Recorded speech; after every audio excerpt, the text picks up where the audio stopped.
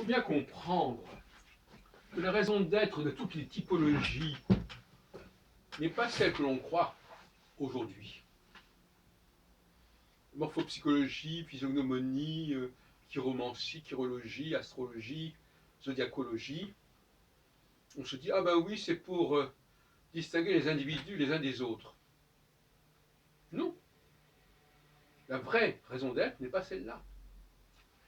C'est de déterminer à quel groupe vous appartenez.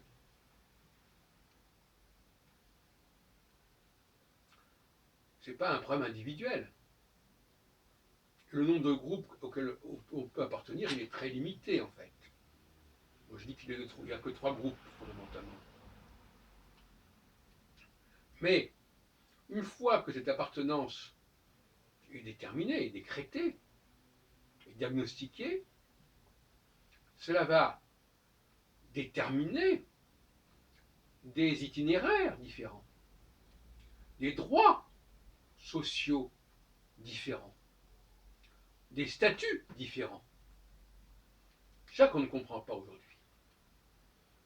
On croit que la divination, la typologisation, le zodiaque, ça, c'est une sorte de loisir qui permet aux uns et aux autres de savoir mieux qui ils sont.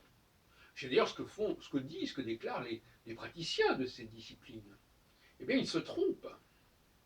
La seule raison de tout cela, de toute cette méthodologie classificatoire, c'est de déterminer à quel statut une personne a droit. Et je renvoie aux travaux de Michel Gauquelin à ce sujet, qui est mort en 91, donc il y a maintenant 27 ans est passé. Eh bien, il y a dans son système 3 grands groupes professionnels. Je parle du système tel qu'il est exposé en 1955. Après, il en a rajouté, à mon avis, à tort.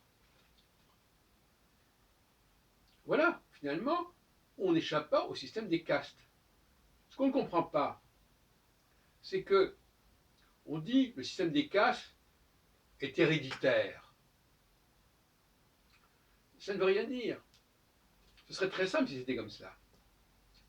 En réalité, quand un enfant naît, on ne sait pas à quelle catégorie il appartient. C'est ça le problème. Et donc, par conséquent, il faut le savoir. Il faut le savoir.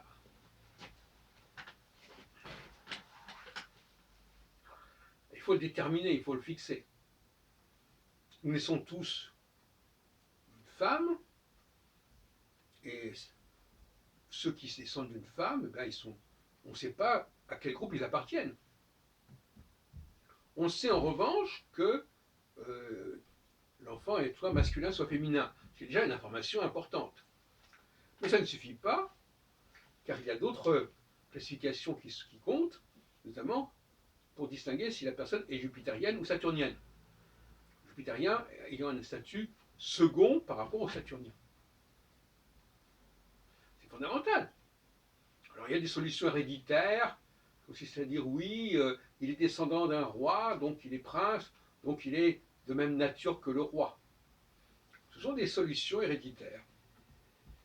Qu'est-ce qu'elles valent véritablement? C'est une autre paire de manches. Même chez les juifs, on peut se demander si ce n'est pas une solution héréditaire et qu'il vaudrait quand même mieux savoir réellement qui est qui.